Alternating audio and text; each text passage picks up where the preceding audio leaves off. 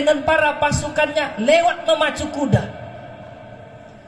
Di kejauhan nampak seekor anjing yang sedang menyusui anaknya. Seekor anjing yang sedang menyusui anaknya. Anjing ini pun ketakutan, takut kalau nanti terinjak dengan kaki kudanya pasukan Nabi Muhammad sallallahu alaihi wasallam. Nabi Muhammad merasakan ketakutan anjing tersebut. Kemudian Nabi Muhammad memerintahkan salah satu daripada pasukannya, "Wahai pasukanku, tolong jaga anjing itu di pagar. Jangan sampai dia merasa ketakutan dengan hadirnya kita. Jangan sampai dia merasa risau dengan lewatnya kita karena dia sedang menyusui anaknya." Akhirnya dijagalah anjing tadi supaya tidak terinjak pacuan kuda, supaya tidak terinjak daripada hewan pacu yang dibawa oleh pasukan Rasulullah sallallahu alaihi wasallam. Bayangkan, seekor anjing pun tidak luput daripada rahmatnya Nabi Muhammad sallallahu alaihi wasallam. Maka maklum saja, Pak, kalau Nabi kita itu dikatakan rahmatan lil alamin. Saya sering menyampaikan bahwa Nabi Muhammad itu bukan rahmatan lil muslimin. Nabi Muhammad itu bukan rahmatan lil mu'minin, tapi Nabi Muhammad rahmatan lil alamin. Alam itu artinya apa? Bukan hanya Islam saja, bukan hanya mukmin saja, bukan hanya manusia saja, bukan hanya hewan saja, tapi semua daripada makhluk Allah ini adalah alam yang kena cipratan daripada rahmatnya Nabi Muhammad sallallahu alaihi wasallam. Luar biasa akhlak Nabi. Ini karena kita cerita meneladani akhlak Nabi. Hari ini saya lihat banyak orang-orang sudah tak lagi teladannya Nabi SAW. Hidupnya penuh dengan marah, hidupnya penuh dengan caci maki, hidupnya penuh dengan saling kafir mengkafirkan, hidupnya penuh dengan saling sesat menyesatkan. Ingat sabda Nabi, apa kata Nabi? Sataftariqu ummati, nanti umatku ini akan pecah belah. Walaupun pecah belah, tapi Nabi tetap menyebutnya dengan ummati. Sataftariqu ummati, umatku akan pecah belah. Tapi walaupun pecah belah, Nabi tetap menyebutnya ummati, umatku. Ala salasin wa sab'ina millatan. Berapa pecahnya kata Nabi? 73 golongan. 73 golongan. Tapi walaupun pecah, Nabi Muhammad tetap mengatakan itu umatku. Nabi tidak bilang itu bukan umatku lagi, enggak. Nabi tetap sebut itu umatku. Kenapa hari ini banyak orang saya lihat, ya Allah, kok mudahlah saling caci maki, saling menuduh kafir, saling menuduh sesat. Cuma gara-gara beda amaliyah kadang-kadang ini kafir, ini sesat, ini syirik, ya Allah. Gitu ya. Berbeda boleh, tapi saling menuduh jangan. Nabi Muhammad ketika hijrah ke Madinah timbullah kesepakatan, karena sebelumnya di Madinah ada banyak suku-suku, di antaranya ada Bani Aus, ada Bani Khadrat, ada Bani Quraizah, ada Bani Nazir. Umat nih, Bani-Bani nih setiap hari menumpahkan darah, setiap hari saling perang, setiap hari perang antara etnis, gara-gara budaya, gara-gara agama, akhirnya menumpahkan darah.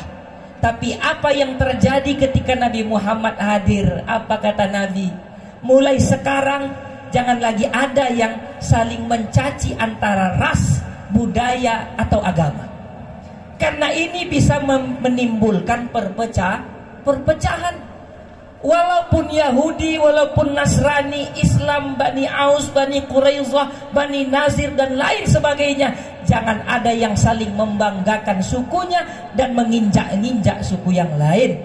Jangan ada yang saling membanggakan agamanya, mencaci agama yang lain. Kenapa? Kalau kita caci Tuhannya orang, orang akan ikut mencaci Tuhannya kita. Kalau kita caci ibadahnya orang, maka orang akan caci ibadahnya kita. Apa itu sholat kok kayak gini? Dibalas sama dia. Apa itu ibadah kok nungging-nungging? Kenapa? Karena saling mencaci. Bukan berarti kita membenarkan agama orang lain, bukan. Tetapi untuk menjaga kekompakan, menjaga keutuhan daripada negara, agama dia, agama kita.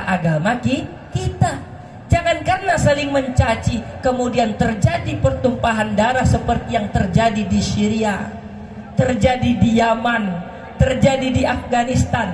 Bayangkan Pak, di Afghanistan itu cuma 7 suku. Di Indonesia ini ada banyak suku. 7 suku sampai sekarang gak damai-damai, sampai sekarang ribut terus. Kita ratusan suku, kalau pemantiknya dihidupkan sebentar saja, nih habis negara ini. Itu yang kita jaga. Dan itulah akhlak Nabi SAW. Ini masa pandemi, ini masa digital 4.0, ya, bahkan akan menuju 5.0. Sekarang nih orang semua udah pakai kecanggihan teknologi, Pak. Sekarang nih orang berbohong tak lagi pakai mulut, tapi sudah pakai tangan. Kemarin saya baca di WA, Assalamualaikum warahmatullahi wabarakatuh. Telah terdengar suara longlongan anjing di Aceh.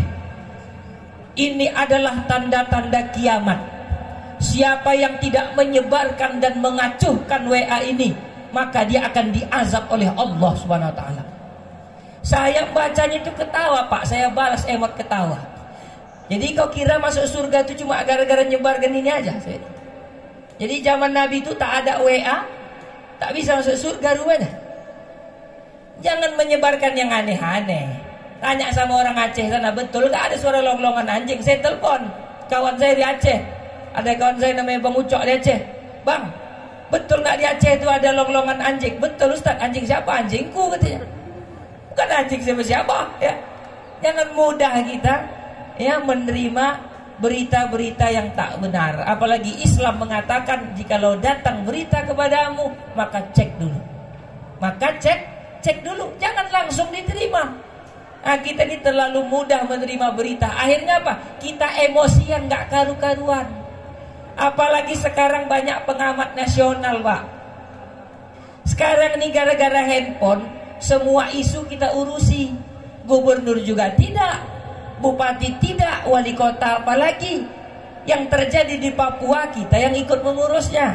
Padahal mohon maaf, rumah tangga sendiri pun belum beres. Istri pun sering kabur, anak pun masih ngisap sabu, sibuk ngurus siapa yang terjadi di Papua sana. Ibda binafsik. Apa kata agama kita? Mulai dari diri kita sendiri. Ketika kita sudah memulai adab dari diri kita sendiri, maka keluarga kita akan mencontohnya. Ketika dalam rumah tangga kita mencerminkan akhlak yang baik, maka tetangga kita akan mencontohnya. Dari tetangga ke tetangga ke tetangga ke tetangga, kita menyebarkan virus-virus akhlak yang baik, menyebarkan adab yang baik, maka insya Allah negara ini akan aman-aman saja, akan baik-baik saja. Mulai dari diri kita. Kebanyakan kita ini menegur orang, tetapi kita pun tidak melakukannya. Ada saya tengok kemarin orang di di warung kopi, dia lagi ngerokok, dihisapnya rokok tuh. Sambil ngerokok dia, tahu-tahu ada anak sekolah lagi ngerokok di warung kopi tuh. Apa kata bapak ini? Kau masih kecil lagi dah merokok katanya. Iya Pak katanya, udah lama Pak, dah setahun gitu. Kau jangan merokok, tak baik itu. Padahal di tangan kirinya megang rokok. Tak baik rokok tuh. Rokok itu bisa buat sakit jantung kau nanti, paru-parumu rusak. Jangan berhenti rokok tuh. Macam mana lah anak ini mau ikut daripada nasihat bapak tadi, sedang dia menasihatinya sambil megang rokok. Ada ayah nyuruh anak ke masjid tapi ayahnya sendiri tak ke masjid. Ada ibu nasihati anak jangan nakal-nakal tapi anak tiap hari memaki anaknya. Bodat kata maknya tadi. Dah ku bilang jangan kau kacau, air tu kotor kata maknya tadi. Macam manalah mau baik akhlak anak tadi kalau dipanggil maknya bodat. Ibda binafsik. Mulai dari diri sendiri.